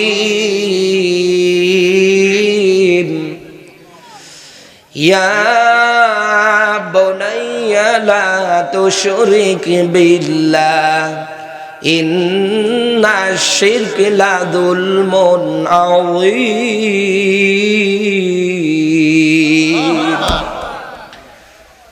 আগামীকালকে কেউ যদি জিজ্ঞাসা করে কোন সূরার আলোচনা হয়েছে, বলবেন সূরা লোকমান। কোন সূরা? আরো জোরে। সূরা লোকমানের 13 নম্বর আয়াত থেকে 19 নম্বর আয়াত পর্যন্ত কথা বলবো। খুব বেশি হলেও রাত 12টায় মোনাজাত দিয়ে দেবো, যেহেতু রাত 12টার পরে কথা বলা ঠিক না। ফজরের নামাজ আমাদের জন্য আছে ফরজ। আমার ভাইরা, আজকের আমার আলোচনার সাবজেক্ট এইটা, মা বাবা যারা আছেন, কারণ পৃথিবীতে মা বাবা হচ্ছেন সন্তান গড়ার কারিগর। কথা বলছে না কেন? সন্তান গড়ার কারিগর না? মা বাবা যদি ভালো হয়, সন্তান ভালো হয়। আর মা বাবা যদি তেরা বেকা হয়, সন্তান আরো বেশি হয়। এই জন্য দেখবেন, মায়ের মা যদি বেশি ঝগড়া করে, বেটি আরো ডাবল হয়। ভুল বললাম? গবেষণা ঠিক আছে তো? এই পৃথিবীতে মা বাবা যারা আছেন তাদের জন্য আজকের আলোচনা। আমি তাকিয়ে দেখতে পাচ্ছি পুরো পৃথিবীর দিকে, আজ যে জেলাতেই যাচ্ছে ওই জেলার মধ্যে আজ ইন্টারনেটে খবর চলে আসে, সন্তানেরা মা বাবারে মূল্য দেয় না। এজন্য আপনার সন্তানটাকে আপনি তৈরি করবেন, আপনার সন্তানের সামনে আপনি কোরআন দিয়ে তাবলীগ করবেন। কি করবেন বলেন? বলেন। তাবলীগ করবেন কোরআন দিয়ে, আপনার সন্তানকে আপনি ওসিয়াত করবেন, নসিহত করবেন লোকমান হাকিমের মতো। কার মতো বলেন তো? যার নামে আল্লাহ রাব্বুল আলামিন কোরআনে কারিম একটা সূরা দিয়েছে, সূরা লোকমান 31 নাম্বার সূরার 21 নাম্বার পারার। এটা পাবেন আপনি 13 নাম্বার আয়াত থেকে 19 নাম্বার আয়াত পর্যন্ত। 5টা উপদেশ আছে তার সন্তানদের প্রতি। খুব ভালোভাবে লক্ষ্য করবেন। 1 নম্বরে ডাকতে বলে, ইয়া বুনাইয়া লা তুশরিক বিল্লাহ। সন্তানের সামনে তাবলীগ করতে গিয়ে ডাকতে বলে, ইয়া বুনাইয়া, হে আমার সন্তানেরা, বংশ, হে আমার সন্তান, খবরদার এই পৃথিবীর ময়দানে চলতে ফিরতে, খাইতে নিয়ে উঠতে বসতে আমার আল্লাহর সঙ্গে কাউকে শরীক করবা না। আপনি কিছু বুঝলে? আপনার সন্তানকে আপনাকে শিরিকের ব্যাপারে ব্যাখ্যা দেওয়া লাগবে। শিরিক কি? এই পৃথিবীর ময়দানে আল্লাহর সঙ্গে যদি আপনি কোনো কিছু অংশীদার সাব্যস্ত করেন, এইটাই শিরিক। এক কথা বলেন না কেন? শিরকি কোনো আকীদা যদি আপনার ভিতরে থাকে, কোনো ইবাদত আমার আল্লাহ কবুল করবে না। কারণ আমার আল্লাহর সঙ্গে যারা শিরিক করে, এই গুনাহ আল্লাহ কখনো মাফ করে না। ব্যাখ্যা দিয়েছে সূরা নিসার 48 নম্বর আয়াত। এরপরে আল্লাহ তাআলা বলেন আমার সাথে যারা শিরিক করবে তাদের জন্য আমি জান্নাত হারাম করে দেব। ব্যাখ্যা দিয়েছে মাইদার 72 নম্বর আয়াত। এই রকম করে ধারাবাহিকতায় একটার পর একটা আপনি ব্যাখ্যা আপনার সন্তানের সামনে করেন। ও কুষ্টিয়ার মুসলমানেরা, দেখবেন আপনার সন্তানটা কোনোদিন শিরিক করবে না।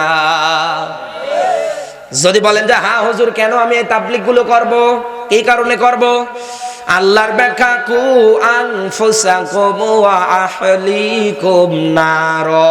বলেন আল্লাহু আকবার। সূরা তাহরিম 66 নাম্বার সূরা 28 নাম্বার পারা 1 নাম্বার পৃষ্ঠা 6 নাম্বার আয়াত আল্লাহ ব্যাখ্যা দিয়েছে। আল্লাহ তাআলা বলেন নিজে জাহান্নামের আগুন থেকে বাঁচো, অধীনস্থ যারা আছে এদেরকেও জাহান্নামের আগুন থেকে বাঁচাও। এ কথা কার? আল্লাহ। এই জন্য তাবলীগটা করবেন। তাহলে ব্যাখ্যা দেবেন, 1 নাম্বারে শিরকের ভয়াবহতা তুলে ধরবেন। 2 নাম্বারে সন্তানকে আপনি আপনার নিজের পরিচয় সম্পর্কে আপনি ব্যাখ্যা দেবেন যে মা বাবার সাথে কখনো খারাপ আচরণ করা যাবে না। সব সময় চেষ্টা করা লাগবে পৃথিবীর ময়দানে মা বাবার সাথে ভালো ভালো আচরণ করতে। কুষ্টিয়াবাসী, 3 নাম্বারে এই পৃথিবীর ময়দানে আপনার সন্তানকে ব্যাখ্যা দেওয়া লাগবে এই পৃথিবীতে কারো উপরে জুলুম করা যাবে না, অন্যায় করা যাবে না, অবিচার করা যাবে না। আজ যে মানুষগুলো দুনিয়ার ময়দানে জুলুম করতেছে, অন্যায় করতেছে, অবিচার করতেছে, আপনি তা গোপনে তালাশ করে দেখবেন ছোটবেলায় এদের মা বাবা কোনোদিন এদেরকে এই ব্যাপারে কোনো জ্ঞান দেয়নি। এক কথা বলেন না কেন? বাংলাদেশে আজকে আমরা কি দেখতে পাই? মারামারি করে ছেলে বাড়িতে আসে, শুধু একটা চেয়ার যদি পায়, মশান দেখেন, মারামারি করে যদি বাড়িতে আসে গরিব ছেলের সাথে, আসার পরে যদি বাড়িতে বিচার নিয়ে আসে যে আপনার ছেলে আমার ছেলের বিনা কারণে মেরেছে, কলা ঝুঁকিয়ে বলে বেটা চিনিস। কথা বলছেন? তাহলে এই রকম করে দুনিয়ায় যারা মানুষের উপরে জুলুম করবে, কিয়ামতের এই কঠিন মুসিবতে এই মানুষটার জন্য এই জুলুমটা অন্ধকার হিসাবে দেখা দেবে, নবীজি জানিয়েছে। আর মানুষের উপরে যারা জুলুম করবে, আমার আল্লাহর মামলার আসামি এরা।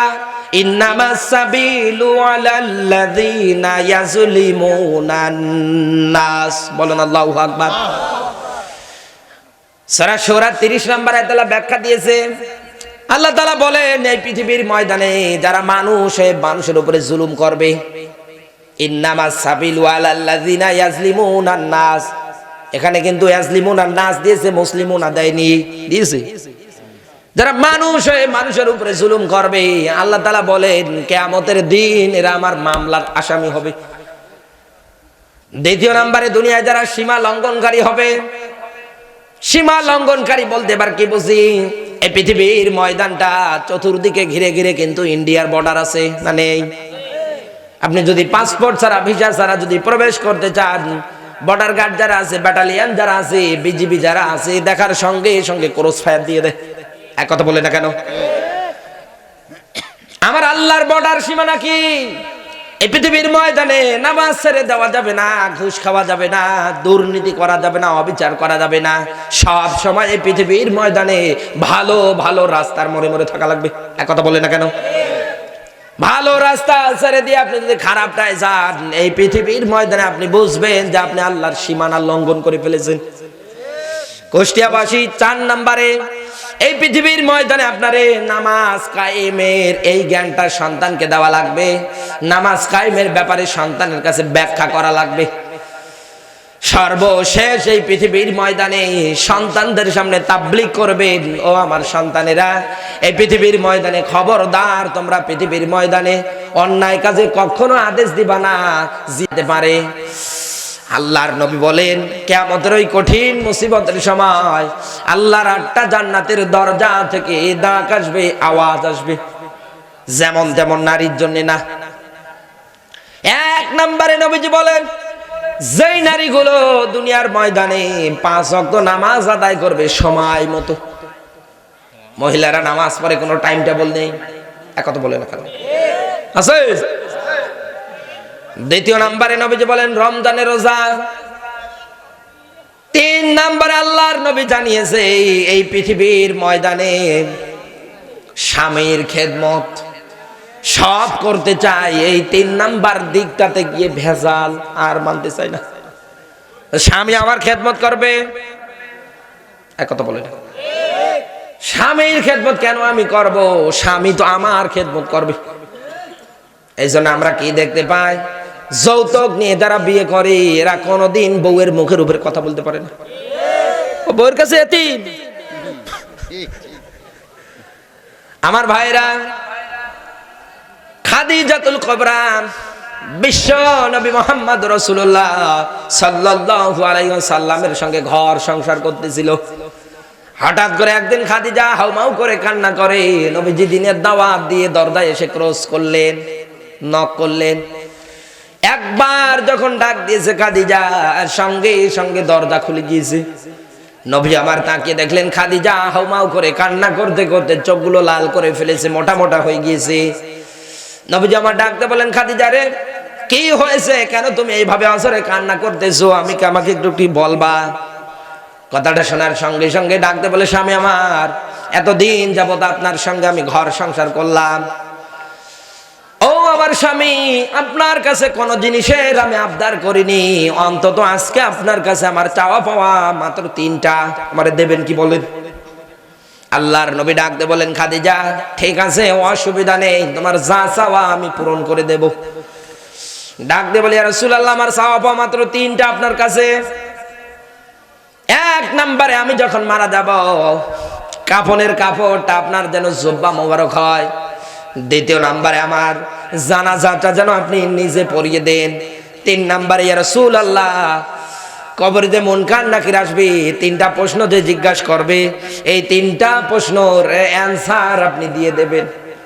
আল্লাহর নবী ডাক দিয়ে বললেন, খাদিজা রে, প্রথম 2টা মানতে পারলাম, 3 নাম্বারটা মানতে পারলাম না। কারণ আদম থেকে শুরু করে ঈসা রহুল্লাহ পর্যন্ত এইরকম কোন ঘটনার কোনো নজির নেই। খাদিজা হাউমাউ করে কান্না করতে সেজদায় পড়লেন। আল্লাহর নবী, বিশ্ব নবী মুহাম্মদুর রাসূলুল্লাহ সাল্লাল্লাহু আলাইহি ওয়াসাল্লাম কান্না করতেছে, নবীজি সেজদায় পড়ে গেলেন। হঠাৎ করে জিবরিল এসে ডাকতে বলে, ইয়া রাসূলুল্লাহ, আপনি কান্না করবেন না, খাদিজার চাওয়া পাওয়া আমার আল্লাহ পূরণ করে দিয়েছে। কেন দিয়েছে জানেন? এইটা এবার জানার বিষয়। খাদিজার বিয়ে হওয়া থেকে শুরু করে মরণের আগ পর্যন্ত কোনোদিন স্বামীর সাথে ঝগড়া করেনি, স্বামীর অবাধ্য হয়নি। একথা বলে না কেন?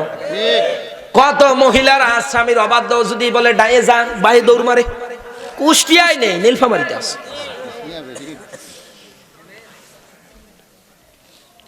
খাদিজাতুল কুবরা এই রহমতটা পাওয়ার পিছনে কারণ কি? আল্লাহর এই অনুগ্রহটা, দয়াটা পাওয়ার পিছনে কারণ কি? যাকে আমার আল্লাহ নিজে সালাম দিয়েছি। সুবহানাল্লাহ বলতে পারেন না? কিন্তু আমাদের স্ত্রীরা আসবে কথা শোনা তো দূরে থাক, ওদের আবার বাওয়ার আর গরম দেখলে বাঁচা যায় না। এজন্য এই দেশের অবস্থা হয়েছে এখন তাই। রাস্তাঘাটে দেখবেন মহিলারা ভ্যানিটি ব্যাগ নিয়ে হুড়হুড় করে যায়, আর পিছনে ওরে স্বামী বাচ্চা কোলে নিয়ে যায়। মনে হচ্ছে আগেরটা জোগায় মিস্ত্রি, পিছনেরটা জোগায় নি। আফসোস, মহিলা মা বোন যারা আছে ওরা মনে করছে আল্লাহ এই হুজুরের মরণ দেয়, হুজুর আর ওয়াজ খুঁজে পেল না, আমাদের বাস দিচ্ছে না। আমি দেখতে পাচ্ছি আপনি যদি আপনার স্বামীর অবাধ্য হয়ে মারা যান, আপনি জাহান্নামে যাবেন।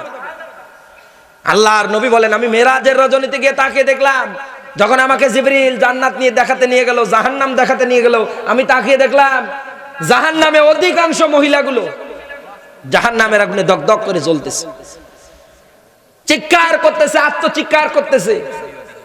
আল্লাহর নবী ডাক দিয়ে বলেন, আখি জিবরাইল, হে ভাই জিবরাইল, কেন এই মহিলাগুলো এত পরিমাণে জাহান্নামে বেশি? ডাক দিয়ে বলে, ইয়া রাসূলুল্লাহ, 2টা মাত্র কারণ। একমাত্র কারণ, এরা স্বামীর অবাধ্য, কখনো স্বামীকে দাম দেয় না, মূল্যায়ন করে না। 2 নাম্বারে, এরা স্বামীর উপরে লানত দেয়, বদদোয়া করে। না, এই বউ তো নেই, সারা জীবন দেবেন, অসুবিধা নেই, একটা সোনো পাউডার কম হলে 14 গোষ্ঠী ধুয়ে দেয়। আর কথা বলছে না কেন?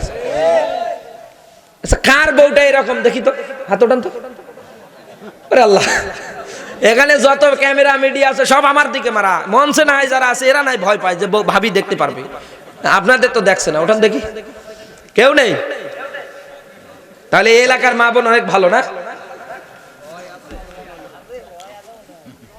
আমার ভাইরা খেয়াল করবেন, হযরত খাদিজা যেদিন মারা গেলেন, আল্লাহর নবী নিজে জানাজাটা পড়ালেন।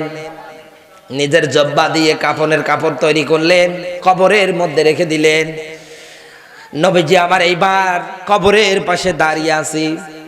সাহাবীরা ডাকতে বলেন, রাসূল আপনি কি যাবেন না? নবীজি আমার ডাকতে বলেন, সাহাবীরা তোমরা চলে যাও, আমার খাদিজাকে আমার কথা দেয়া আছে। আল্লাহর নবী, বিশ্ব নবী মুহাম্মদুর রাসূলুল্লাহ সাল্লাল্লাহু আলাইহি ওয়াসাল্লাম কবরের কিনারায় দাঁড়িয়ে আছে। মুনকার নাকির এসে জিজ্ঞাসা করতেছি, মান রব্বুকা? সঙ্গে সঙ্গে নবীজি আমার ডাকতে বলেন, মুনকার নাকির, খাদিজার যে আল্লাহ ওটা ওই আল্লাহ আমার, খাদিজার যে ইসলাম ওই ইসলাম আমার, আর খাদিজার নবী আমি নবী, বিশ্ব নবী মুহাম্মদুর রাসূলুল্লাহ সাল্লাল্লাহু আলাইহি ওয়াসাল্লাম। স্বামী রাজি থাকার কারণে মারা গিয়েছে, কত অনুগ্রহ কত দয়া পেয়েছে।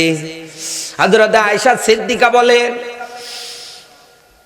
বিশ্ব নবীর স্ত্রী খাদিজাতুল কুবরা মারা যাওয়ার পরেও নবীজি মাঝে মাঝে কোন তরকারি যদি, বকরির মাংস যদি, খেজুর যদি থাকতো, আল্লাহর নবী পোটলায় নিয়ে বাড়ি বাড়ি ঘুরতেন যে খাদিজার কোনো বান্ধবী পরিচিত কেউ আছে নাকি। এই ভালোবাসাগুলো একদিনে তৈরি হয় না, এমনি তৈরি হয় না। আজ আপনার পরিবার দিকে তাকালে সাপ আর বেজির সম্পর্ক না, স্বামী স্ত্রীর সম্পর্ক কেমন হবে কোরআনে দলিল আল্লাহ দিয়েছে। বলবো? রাত তো অনেক হয়ে যাচ্ছে। আল্লাহ পাক বলেন, হুন্না লিবাসুল লাকুম ওয়া আনতুম লিবাসুল লাহুন্না। আল্লাহ তাআলা বলেন, স্বামী আর স্ত্রী একে অপরের পোশাক পরিচ্ছদ এই রকম। আমার হাতের দিকে দেখেছেন কোনো ফাঁকা আছে? এই যে পোশাকটা আমি গায়ে দিয়েছি, দেখেন কিভাবে লেগে আছে, শরীরের সাথে ওতপ্রোতভাবে জড়িত। আল্লাহর নবী বলেন, স্বামী স্ত্রীর সম্পর্কটা ঠিক এরকম, একেবারে ওতপ্রোতভাবে। এর সুখে এ দাঁড়াবে, ওর সুখে এ দাঁড়াবে, এর কষ্টে এ কাঁদবে, হাসবে না। কিন্তু আমরা কি দেখতে পাই, স্বামী যদি অ্যাক্সিডেন্ট করে কোনো জায়গায়, অনেক স্ত্রী বলে আলহামদুলিল্লাহ। শুধু মহিলাদের দোষ দিলে হবে না, কিছু স্বামী এই জায়গায় এসে উল্টা পাল্টা এক কথা বলেন না কেন? শুধু ওদের দোষ? আপনারও দোষ আছে কি? আপনার ধৈর্য নেই, এক কথা বলছে না কেন? তরকারিতে যদি একটু লবণ বেশি হয়, হাই রে মায়ের মারে জম্মের পিটন পিটায়, মার সহ্য করতে না পেরে পা চেপে ধরে, তাও ছাড়ে না। তাকে ভুল বলছে? আর তো আল্লাহর নবীর জীবনের দিকে তাকান তো, এই ঘটনাটা বলে শেষ করে দিচ্ছে। হযরতে আয়েশা নবীজির ঘরে যখন আসলেন, একেবারে ছোট মানুষ, তরকারি রান্না করেছে, বকরির গোশত, লবণ এত পরিমাণে বেশি, আল্লাহর নবী এক এক করে সব খেয়ে ফেলেছে। অন্য দিন যদি নবীজি একটু পানি খেতেন, তা অর্ধেক রেখে দিতেন আয়েশার জন্য। কি মহব্বত, কি ভালোবাসা, সুবহানাল্লাহ বলতে পারেন না? এমনকি আয়েশা যেই গ্লাসটাতে পানি পান করতেন, যেই জায়গাতে ঠোঁট দিতেন আল্লাহর নবী ওই জায়গায় ঠোঁট দিয়ে পানি পান করতেন, এত ভালোবাসা। কিন্তু আল্লাহর নবী ওই দিন এক এক করে সব খাবার খেয়ে ফেললেন। কিন্তু হযরত আয়েশা মন খারাপ করে ফেললেন, ডাক দিয়ে বলেন, ইয়া রাসূলুল্লাহ, অন্য দিন খাবার খেলে আপনি আমার জন্য রাখেন, আজকে রাখলেন না, ভালোবাসা কি আজকে কমে গেল নাকি? নবীজি আমার ডাক দিয়ে বললেন, আয়েশা রে, মন খারাপ করো না, আজকে তুমি যে খাবারগুলো রান্না করেছো, এই খাবারগুলোতে এত পরিমাণে লবণ চড়া হয়েছে, বেশি হয়ে গিয়েছে। আয়েশা রে, আমি এক এক করে সব খেয়ে ফেলেছি, এই জন্য তুমি যদি এক টুকরা খেতে, তাহলে তুমি খেলে পেরে কষ্ট পেতে। সুবহানাল্লাহ বলতে পারেন না? আল্লাহর নবী করলো কি, আর আপনি স্বামী হিসেবে আজ করছেন কি? কথা বলেন না কেন? দোষ শুধু মহিলা মা বোনের দিলে হবে না, আপনাদেরও দোষ আছে। বিড়ি খেতে খেতে, কথা বলেন না কেন? আজরাইল যদি আসে, পালিয়ে যাবে গন্ধের কারণে, গায়ের কাজ দিয়ে দেওয়া যায় না। বাপ রে বাপ, আপনাদের এই কুষ্টিয়ায় তামাকের আবাদ বেশি হয়, তাই না? এই জায়গা থেকে জর্দা বলেন, বেরি বলেন তৈরি হয়। আজব ব্যাপার। কোন স্ত্রীটা কি চায় যে আমার স্বামীটা বিড়ি খাক? এই বলেন না কেন? সব সময় বলে ছেড়ে দিতে পারো না, ছেড়ে দিতে পারো না। আপনাকে তো ভালো উপদেশ দেয়, আর আপনি সহ্য করে বলে, বেটি তোর বাপের টাকায় খা। শুধু মহিলাদের দোষ দিলে হবে না, স্বামীর ভিতরে কিছু ফেরাউন মার্কা স্বামী আছে, কোনো মায়া দেয় না। এক কথা বলেন না কেন? এজন্য আহ্বান করছি, অন্তত পরিবারটা যদি শান্তি আনতে চান, আপনি যদি আপনার ছেলের সামনে আপনার বউকে পেটান, ও তো ছোট মানুষ, এখন আপনি যা করবেন ও তাই শিখবে। এক কথা বলেন না কেন? আমার একটা ছোট্ট ভাতিজা আছে, এখন যে ভাষাগুলো বলে বাংলাদেশের কোনো ভাষাই বোঝা যায় না, সব চায়নাদের মতো। ছোট বাচ্চার ভাষা বোঝা যায়? কি বলে আল্লাহ ছাড়া কেউ জানে? এই বাচ্চাটার সামনে এখন যদি আপনি মুখের ভাষা খারাপ করে আপনার স্ত্রীকে গালি দেন, আপনার স্ত্রীকে যদি পেটান, এত বসে বসে শুধু ওর মেমোরিতে সেভ করতেছে, দেখতেছে। এক কথা বলে না কেন? আপনি যদি দেন একটা, এ দেখে দেখে বড় বিয়ে দেবেন, ঘরে দরজা লাগিয়ে পেটাবে। এই জন্য মহিলা মা বোন যারা এসেছেন, 4টা কাজ। তার 3 নাম্বার স্বামীর খেদমত। খবরদার আপনি স্বামীর অবাধ্য হবেন না, যতই কষ্ট দেখ আপনাকে। 4 নাম্বারে নিজের সতীত্বটার হেফাজত করবেন। এই 4টা কাজ করে কোন নারী যদি মারা যেতে পারে, আল্লাহর নবী বলেন আল্লাহর 8টা জান্নাতের দরজা থেকে ওই মহিলার জন্য আওয়াজ আসবে। সুবহানাল্লাহ বলতে পারেন না? আমার ভাইরা, আমি আলোচনা করতে করতে কিন্তু নবীজির একটা হাদিস টেনে নিয়ে এসেছিলাম যে পৃথিবীতে মানুষ মরে গেলেও আমলের দ্বার খোলা থাকে কয়টা? তার ভিতরে একটা সাদগায়ে জারিয়া। কোরআনের এই অনুষ্ঠানটা করার জন্য, আজকের এই অনুষ্ঠানটা শুধু আল্লাহর ঘর মসজিদের জন্য। কিসের জন্য বলেন তো? আপনি যেটাই দান করবেন, অনেকে নিয়ত করে থাকে যে আমি প্রধান বক্তার হাতে টাকা দেব। আপনি যেটাই দান করবেন মসজিদে, কারণ আপনি দুনিয়ায় থাকবেন চিরদিন। এই যে মাইক ওয়ারেন্টি গ্যারান্টি আছে, মোবাইল ওয়ারেন্টি গ্যারান্টি আছে, আপনার আমার ওয়ারেন্টি গ্যারান্টি আছে? ওয়া শেষ, কালকে ঝিনাইদহে আপনাদের মাহফিল আছে সদরে, করে যে বাড়ি যেতে পারবো, কোনো গ্যারান্টি আছে? কোনো গ্যারান্টি? সব কিছুর ওয়ারেন্টি করা হয়, মানুষের হয় না। তো সেক্ষেত্রে অন্তত আপনি আপনার সম্পদটা একটু অন্তত ব্যয় করেন।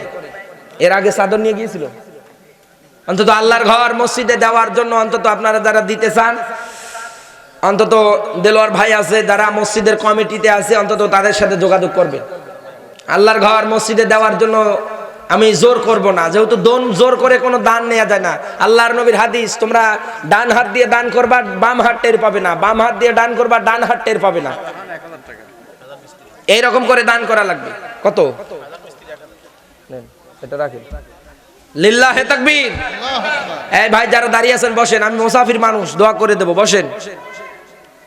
আল্লাহর ঘর মসজিদে দেওয়ার জন্য অন্তত আপনারা 1000 করে টাকা আমি দেখতে চাই। কোরআনের পারা 30, এখানে 30 জন লোক আমি দেখতে চাই। মাকে হারিয়ে বসে আছেন, বাবাকে হারিয়ে বসে আছেন, আপনার মা বাবা আপনার দিকে চেয়ে আছে, দেয়ার মতো নেই। এই মহিলা মা বোনের ওখানে যারা আছেন ভলান্টিয়ার পাঠিয়ে দেন, মহিলার ওই জায়গায় ওরা কালেকশন করুক। ডিম বেচা টাকা বলেন, স্বামীর পকেট মারা বলেন, সব দিয়ে দেন নাকি ওই জায়গায় পাঠান। এর আগে দিয়েছেন?